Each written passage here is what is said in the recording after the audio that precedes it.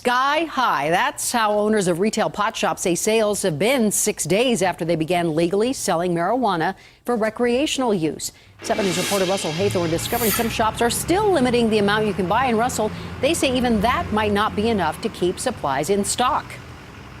Right, Ann. Here we are 6 days into retail marijuana sales, and as you can see, as you can tell by the line here at this pot shop on South Broadway, demand is still very high. So high, in fact, that some of these pot shop owners are telling us that it's a very real possibility they could sell out in the short term.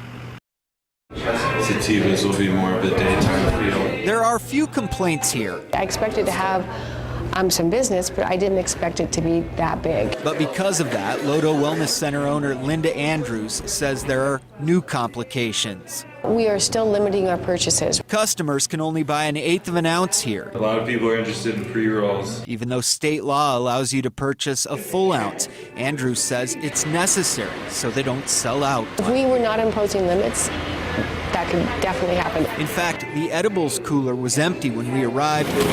Then, as we were shooting, the supplier, Elixirs and Edibles, brought the last of their stock. This is the last of in their whole factory, everything they have, so we had to make it last. From chocolate truffles to marijuana-infused soda, they must also limit customers to one of each type of edible. We have to be working on expansion. Andrews shows us the grow operation, and while it looks well-stocked, she says supplies are already falling behind demand, especially with so-called smoke birds coming from all over the country, like these two from Boston. We're sleeping out of the car. And we figure, well, this is something we've never experienced, so let's do it. Andrews says all the cash coming in is also an issue, albeit a good problem to have. It would be nice if the banks would work with us. We're figuring out some systems. We've got safes. We don't keep it here.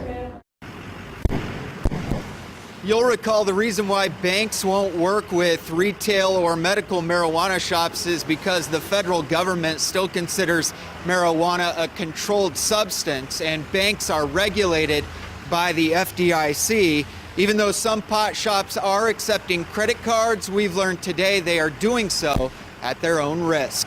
Live in Denver, Russell Haythorn, 7 News.